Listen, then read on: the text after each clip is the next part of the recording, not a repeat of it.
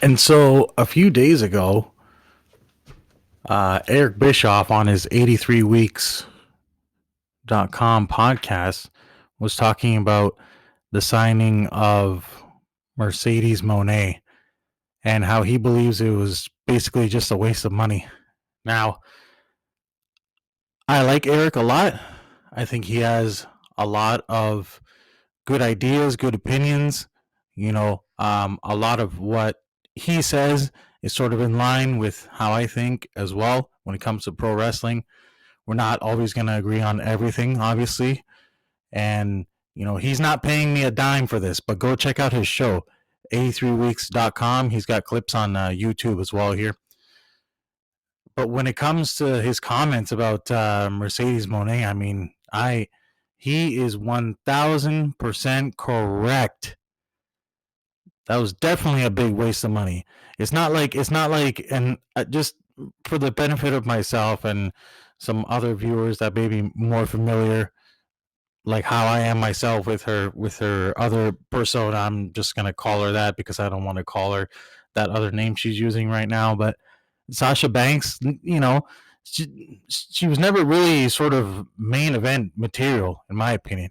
She's always been kind of mid card level for me, and she just I don't know what it is, but I don't think she for me personally, she just doesn't have the sex appeal that appeals to me. And then to go along with that, these bad promos that she's cutting, and I mean the work is all right, but you know if you're not gonna, if there's no sex appeal there and you're not gonna back it up with really good promos or ideas, if you have to have like your own writer, then I don't know how much of an asset you can really be other than just a name. And Eric hit it right on the head, so I gotta agree with him yet again on another one. And speaking of agreeing with Eric on another one, I seen that there was the latest episode of Dynamite here. Everybody's talking about it.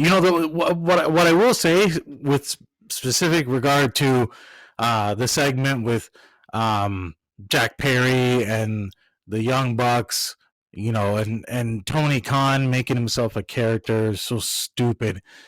Even one of my boys, so not my homie Steve that I told you guys about earlier that should be joining me at some point here sooner than later to discuss several wrestling topics on the podcast and whatnot. Not just him, but another one of my boys who's into pro wrestling, who goes by Wayne Train. He was telling me the other day through Facebook how fake as fuck that was and looked. And it was just so completely stupid and unnecessary, and it's just like the wrong way to freaking go about shit. And it's just like now you want to be the booker and the boss and the owner, and you want to involve yourself in the storylines, but it's just so bad. It's so cheesy and corny the way they're doing it. Because what the fuck? Why the fuck should Tony Khan be afraid and allow himself to be attacked by his own employees? It's so stupid. It makes no sense. When you have some like big fucking bodyguard, almost looking motherfucker, to just walk in the ring and stomp out these two little bitches, I would think so. I don't know, man. It's so fucking dumb. And if he really, let's be honest, okay? If he really wanted to roll with this and he really wanted to fucking make a statement, this motherfucker should have got some juice, Tony Khan. I didn't see him fucking bleed. If he really, they should really fucking beat his ass. And Jack Perry to beat his ass and fucking make his ass bleed. I want to see this fucking guy get juice.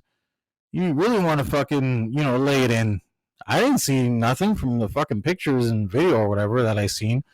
So, and then this goof shows up to the NFL draft looking like a fucking complete idiot with the neck brace on. Oh, because I took a fucking wrestling injury. Oh, now my neck's all fucked. Fucking, oh man. And that is why. Oh, the other thing was, speaking of this freaking goof, it's actually brought me to the other thing that I wanted to talk about too, is how Forbes, the great news money magazine Forbes, which really nobody who actually knows about money and plays with stock and stuff even fucking reads Forbes for shit. That's not what they're reading. But Forbes put the valuation of AEW at $2 billion. Like, what the fuck? That piece of shit organization, you're telling me that that's worth more than the Phoenix Coyotes that just got sold for 1.9 or whatever? Or getting sold for 1.9, the Phoenix Coyotes? And hockey and basketball franchises are getting up into like the 4 or 5 billion, and AEW is 2. Fuck that. Hell no. That fucking bullshit is not worth $2 billion by anybody. Nobody would want to purchase that shit for $2 billion because it's not. And fucking Conrad the Walrus is gonna come on here and say, "Oh well, this is who cares what it's worth? It's not for sale." Of course, it's not for sale because this is just a fucking pet project hobby of Tony Khan's.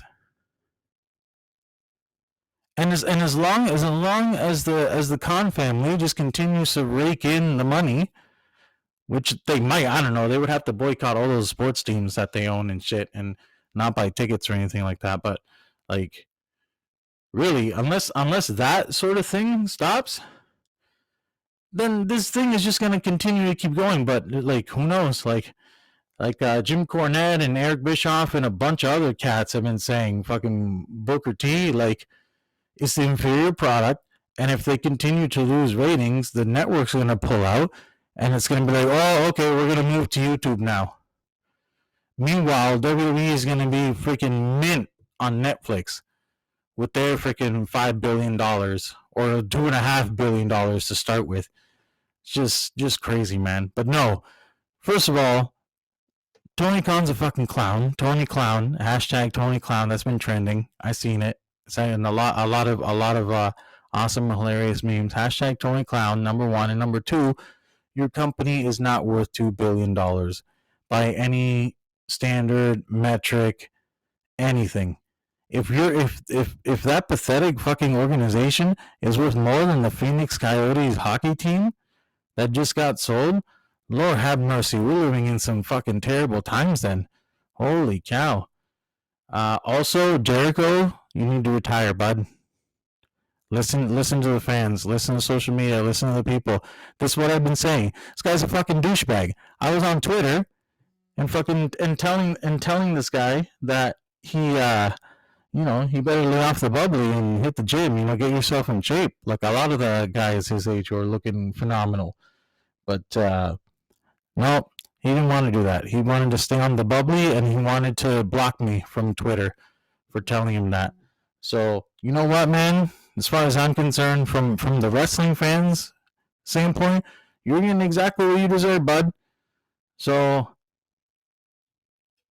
stick that in your lay pipe and let's smoke it.